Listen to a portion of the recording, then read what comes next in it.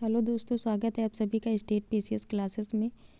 तो हम daily current affair के नेक्स्ट सेशन में हैं, अगले सेशन में हैं। तो आज हम देखेंगे 21 जनवरी 2025 का करंट अफेयर और आज के इम्पोर्टेंट क्वेश्चन कौन कौन से हैं। तो चलिए हम देखते हैं। तो पहला क्वेश्चन है कि ऑपरेशन चर्चा में रहे ऑपरेशन चिवालरस नाइट 3 का संबंध किससे है। तो इसका संबंध यूएई से है। यूएई की राजधानी आबू धाबी है और गाजा में 200 टन आवश्यक सामग्री इस यहाँ से पहुँचाई गई है और खाद्य आपूर्ति, सर्दी के कपड़े आदि।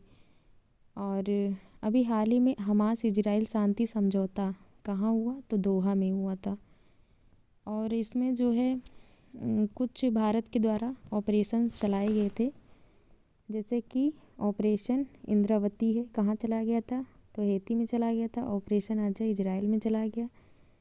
ऑपरेशन सद्भाव ये जो है टाइफून यागी जो कि फिलीपीन सागर में आया था, वहाँ पे चलाया गया था।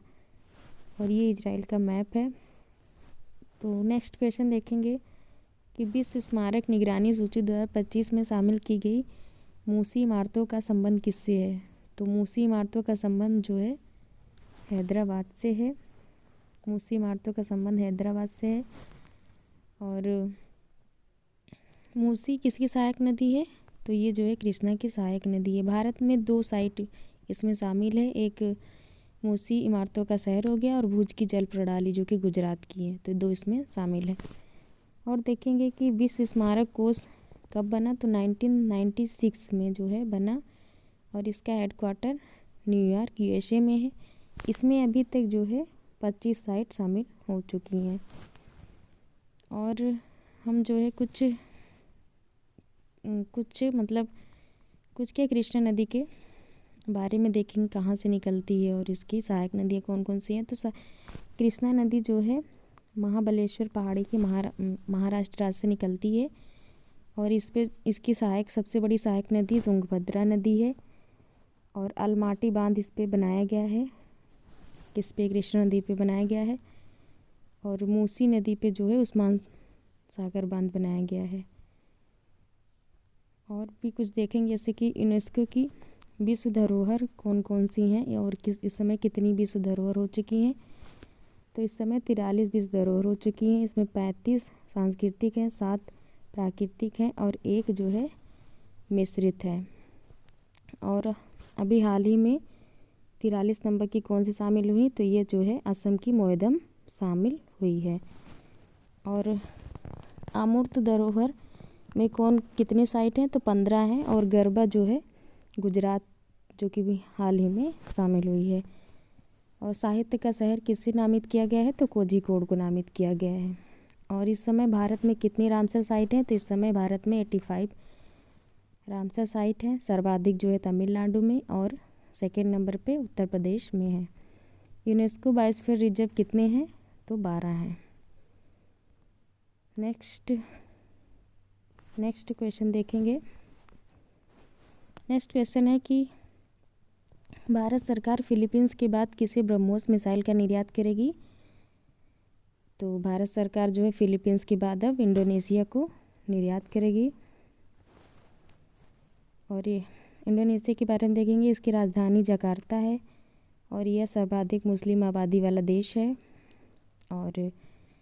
और ये सबसे अधिक यहाँ पर इसको जो है द्वीपों वाला देश भी कहा जाता है, क्योंकि सर्वाधिक द्वीप पाए जाते हैं। और 26 जनवरी हमारे गणतंत्र दिवस पे कौन चीफ गेस्ट होगा, तो यहीं के राष्ट्रपति प्रोबोवो सुबियांतो जी हमारे यहाँ के चीफ गेस्ट हैं। और ब्रह्मोस मिसाइल का नाम कैसे पड़ा, तो इसका नाम जो है इंडिया और रसिया के रूस के नदियों के ऊपर पड़ा है। जैसे कि इंडिया की ब्रह्मपुत्र नदी है और रूस की मास्कोवा नदी से ब्रह्मोस नदी का नाम पड़ा है। यह जो है एक क्रूज मिसाइल है, जिसका अर्थ होता है दागो और भूल जाओ। और इसकी मारक क्षमता कितनी है, तो 2.1 मैक है। यह एक सुपरसोनिक मिसाइल है। नेक्स्ट क्वेश्चन देखेंगे कि हाल ही में विश्व आर्थिक मंच के ग्लोबल लाइट हाउस के नेटवर्क में किसे शामिल किया गया है। तो इसमें जो है टायर निर्माता सीएटी और हिंदुस्तान यूनिलीवर लिमिटेड को शामिल किया गया है। WEF जो है मतलब विश्व आर्थिक मंच 1971 में बना था। इसका हेडक्वार्टर जिनेवा में है और शीतकालीन बैठक यहाँ पे होती है दावोस में। और इस कौन सी रिपोर्ट जारी करता है, तो ये ग्लोबल जेंडर गैप इंडेक्स जारी करता है। इस समय भारत की रैंक कितनी है, तो इस समय भारत की रैंक 129 है। किसमें? ग्लोबल जेंडर गैप इंडेक्स में। और अभी महारत्न कंपनी हाल ही में कौन बनी है, तो HAL बनी है। तो आगे बढ़ते हैं और देखते हैं नेक्स्ट क्वेश्चन। हेलो दोस्तों, स्वागत है आप। तो नेक्स्ट क्वेश्चन है कि मन की बात कार्यक्रम में GI टैग के कारण चर्चा में रहे वर्जिन नारियल तेल का संबंध किससे है, तो इसका संबंध जो है अंडमान निकोबार से है। और मन की बात कार्यक्रम का कौन सा एपिसोड था, तो 118 नंबर का एपिसोड था। यहाँ पर 7 GI टैग दिया गया, जिसमें निकोबारी नारियल, चावल, चटाई आदि को दिया गया है। और पोर्ट ब्लेयर इसका नाम जो है श्री विजयपुरम कर दिया गया है। भारत की एकमात्र सक्रिय ज्वालामुखी जो कि बैरन द्वीप पर है।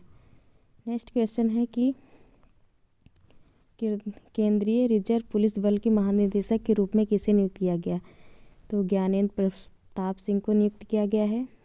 और CRPF जो कि 1939 में इसका नाम क्राउन फोर्स था और फिर 1949 के एक्ट से इसका नाम CRPF कर दिया गया। इसके पहले महानिदेशक कौन थे, तो VG कानेटकर थे।